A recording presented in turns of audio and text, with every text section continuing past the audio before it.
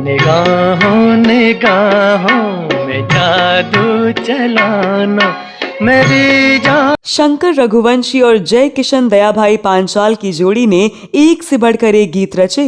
एहसान तेरा होगा मुझ पर दिल चाहत। फिल्म संगीत के इतिहास की सफलतम जोड़ी माने जाने वाली इस संगीतकार जोड़ी के लिए 60 के दशक के अनेक जबरदस्त हिट गीत मोहम्मद रफी ने ही गाए। दुनिया न भाए मोहे अब तो बुला ले चरणों। बसंत बहार से लेकर जंगली तक जितने भी भाव, जितने भी रंग, जितने भी हरकतें और जितनी भी अदाएं हो सकती हैं, सब के सब शंकर जय किशन को मोहम्मद रफी साहब से ही मिले। चाहे कोई मुझे जंगली कहे, कहने दो जी कहता रहे। शंकर जय किशन के संगीत निर्देशन में मोहम्मद रफी ने शम्मी कपूर, राजेंद्र कुमार, देवानंद, राज कपूर और किशोर कुमार से लेकर महमूद जैसे कलाकारों के लिए गीत गाकर अपनी विविध आयामी गायन क्षमता का परिचय दिया। हम काले हैं तो क्या हुआ, दिल वाले हैं हम, तेरे तेरे तेरे चाहने वाले। शंकर रघुवंशी और जय किशन दया भाई पंचाल की जोड़ी के साथ जब भी मोहम्मद रफी का मेल हुआ, तब एक से बढ़कर एक सुपरहिट गीतों ने जन्म लिया और एक ऐसा समय आया जब दोनों एक दूसरे के पूरक हो गए। तेरी प्यारी प्यारी सूरत को किसी की नजर ना लगे। नमस्कार दोस्तों, इस वीडियो में मैं आपकी दोस्त और होस्ट स्तुति बात करने जा रही हूँ संगीतकार जोड़ी शंकर जय किशन के लिए रफी साहब के गाए गीतों के बारे में। इस बारे में हम जानेंगे और भी बहुत कुछ, तो आप बने रहिए हमारे साथ।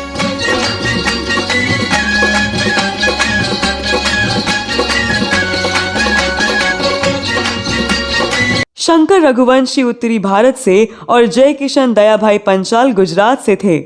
दोनों अलग अलग पृष्ठभूमि से आए थे, लेकिन दोनों की जोड़ी फिल्म संगीत के इतिहास की सफलतम जोड़ी मानी जाती है। इस जोड़ी की संगीत रचनाओं ने रफी साहब की सफलता में सर्वाधिक योगदान किया। बहारों फूल बरसाओ मेरा महबूब।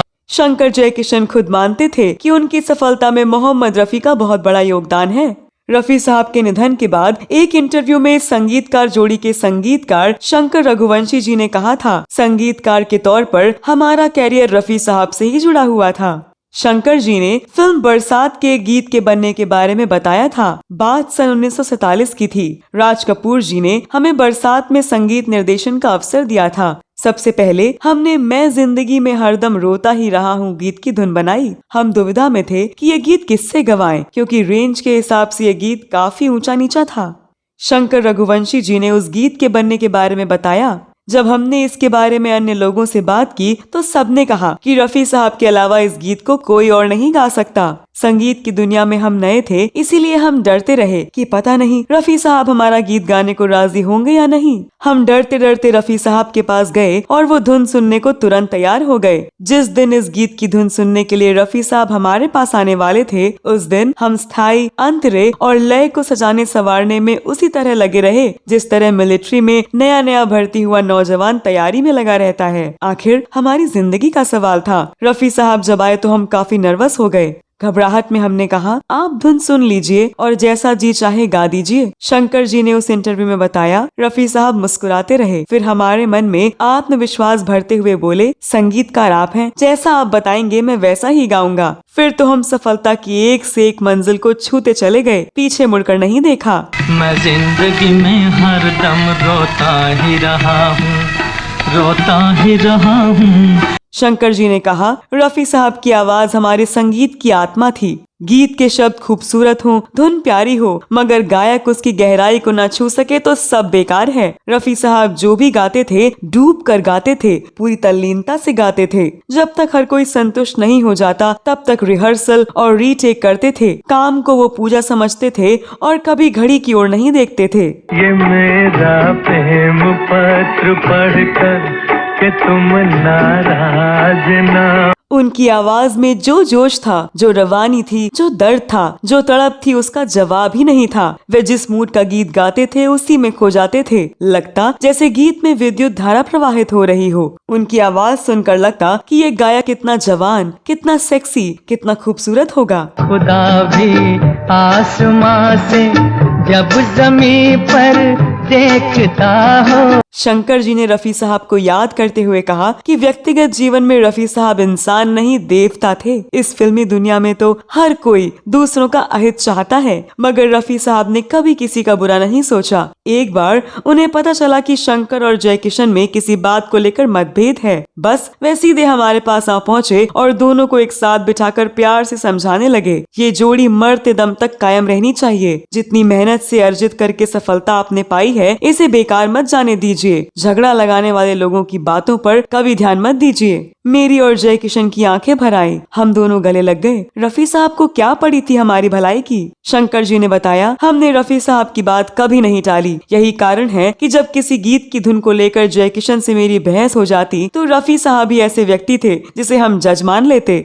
वे जिस धुन पर अपनी मोहर लगा देते हम उसे बेझिझक स्वीकार कर लेते। वे हर फन मौला गायक थे और बड़े आराम से गाते थे। कभी कोई तनाव नहीं, बस मुस्कुराते रहते थे। कभी कभी मजाक करने से भी बाज नहीं आते थे। शंकर जी ने कहा, फिल्म अमन के गीत आज की रात ये कैसी रात में जब हमने लड़की की सेक्सी आवाज डालने का फैसला किया और उनको बताया तो वो शरारती अंदाज में बोले, अच्छा ये हुई ना बात, अब गाने का मूड बनेगा। आज की रात ये कैसी रात कि हमको नींद नहीं आती। शंकर जी ने बताया, रफी साहब जितने सुरीले थे उतने ही जानकार भी। गीत की बेहतरी के लिए उन्हें जब भी कोई नई बात सूझती वे बेझिझक कह देते।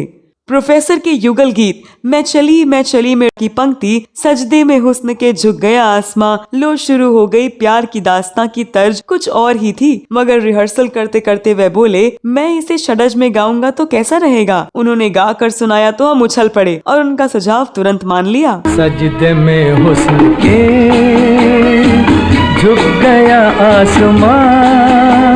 तो दोस्तों, शंकर जयकिशन और रफी साहब के गीतों के बारे में आप क्या कहना चाहते हैं? आप शंकर जी का पूरा इंटरव्यू फिल्म लेखक विनोद विप्लव की पुस्तक मेरी आवाज सुनो में पढ़ सकते हैं। इस वीडियो के बारे में आपकी क्या राय है, ये आपको कैसा लगा, कमेंट बॉक्स में जरूर लिखें। इस वीडियो में बस इतना ही। अगले वीडियो में कोई नई कहानी, नई जानकारी लेकर हाजिर हो जाऊंगी। तब तक के लिए अपनी दोस्त और होस्ट स्तुति को अनुमति दें। नमस्कार। मेरी जान सीखा है तुमने जहाँ से, कहने दो मुझे तुमसे मोहब्बत हो।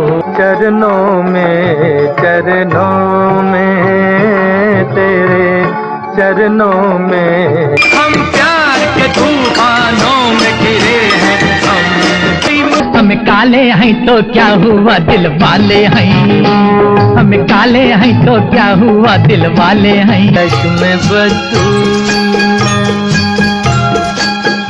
मुखड़े मेरा महबूब आया है, बहारों फूल बरसा